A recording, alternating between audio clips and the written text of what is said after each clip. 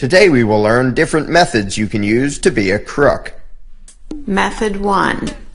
The unsophisticated, short-sighted crook confronts a person directly and threatens him, usually while brandishing a weapon, and demands whatever money or other valuables the person has on him.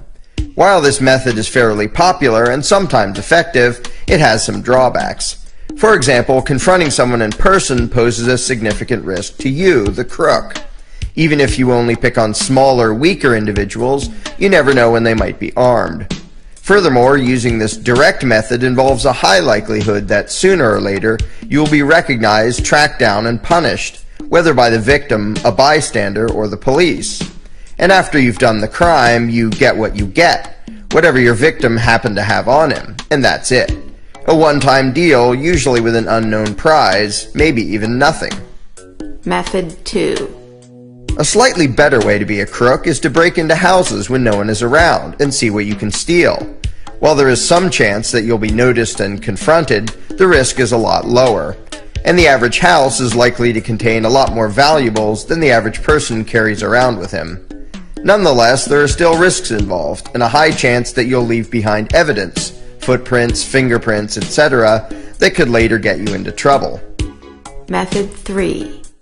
The more sophisticated crook avoids the risk of violent confrontation entirely by using fraud and deception rather than direct threats and violence. For example, you might call up little old ladies and trick them into giving you their credit card numbers, or set up some mail order scam that collects money and then magically disappears. The personal risk to you, especially the risk of being physically attacked by your intended victim, decreases dramatically. However, you might still get caught, and each time is still a one-shot deal.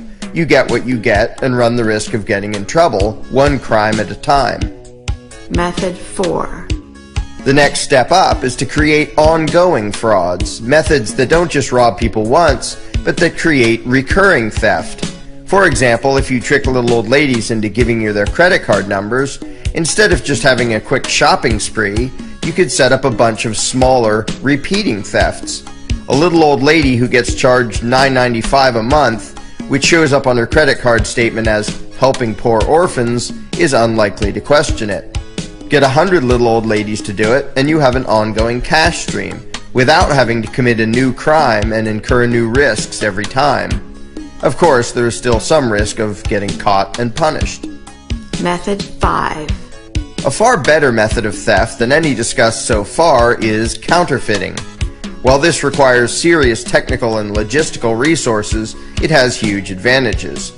First of all, there is no direct victim who will even notice having been robbed. By printing fake money, you are actually robbing everyone who uses the currency.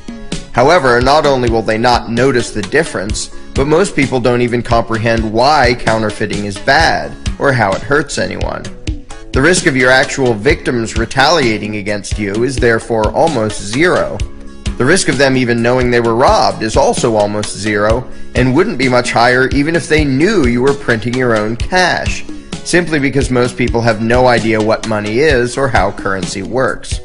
Once you're set up, you can create an ongoing source of wealth for yourself with very little physical risk. Of course, if the authorities find out, then you're in trouble. But aside from that risk, this would seem to be the pinnacle of the art of being a crook, having an unlimited supply of completely unearned wealth for yourself, while the victims never know what hit them, and in fact, never know that anything hit them. Method 6.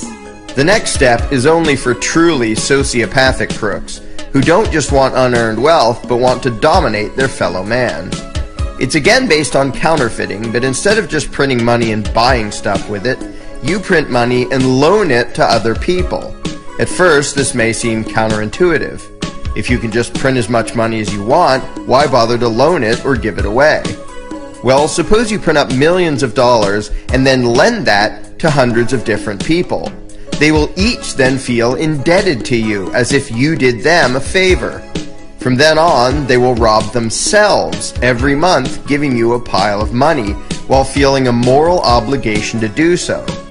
Ironically, because they imagine the debt to be real, as if you actually loaned them your own money, they would view themselves as the crooks if they ever stopped going along with your crime. In fact, you should sometimes intentionally lend your counterfeit money out to the point where you know that people can't possibly pay it back. Why? Because when they default on the phony loans of your phony money, you can openly steal their houses, cars, and other property by way of foreclosure, and they will feel bad about it, as if they were the bad guys for not being able to keep up with the payments. While you openly steal everything they have, they will apologize for not giving you more while feeling shame and humiliation. What could be better? And the more you steal via this method, the more you can expand the fraud. There is really no limit. Eventually, if all goes well, you can have almost everyone in the world feeling indebted to you. And when they default, you will quite literally own the world. And most of your billions of victims will have no idea what happened. They will all be reduced to impoverished slaves for you to do with as you please, you sadistic, megalomaniacal, sociopathic bastard. Method 7. The previously mentioned method is so effective, in fact, that there's really only one way to improve it. The only risk involved up to this point is that the authorities might notice and catch you before you can slip off to some non-extradition treaty country with your ill-gotten gains. To remove that final risk, take the final step and bribe the politicians to legalize your crimes. When the authorities have given their official legislative blessing to your massive perpetual fraud and even offer to send their mercenaries to protect you against your victims, should any of them ever wise up to what you're doing, then you will be the supreme crook of the world. However, you cannot accomplish this. You will never be the super crook who owns the world. Why not? Because someone else beat you to it. In this country, they're called the Federal Reserve. They own Congress, which legalized their fraud in 1913. Since then, through their politically sanctioned fractional reserve banking scam, a fancy term for legalized counterfeiting, they have stolen more trillions of dollars in assets than you can possibly imagine. The crime is so perfect that they even do it right out in the open, admitting all of the details of the scheme. And still, only a tiny fraction of their victims have any idea what happened, or even have any idea that anything nasty has happened at all.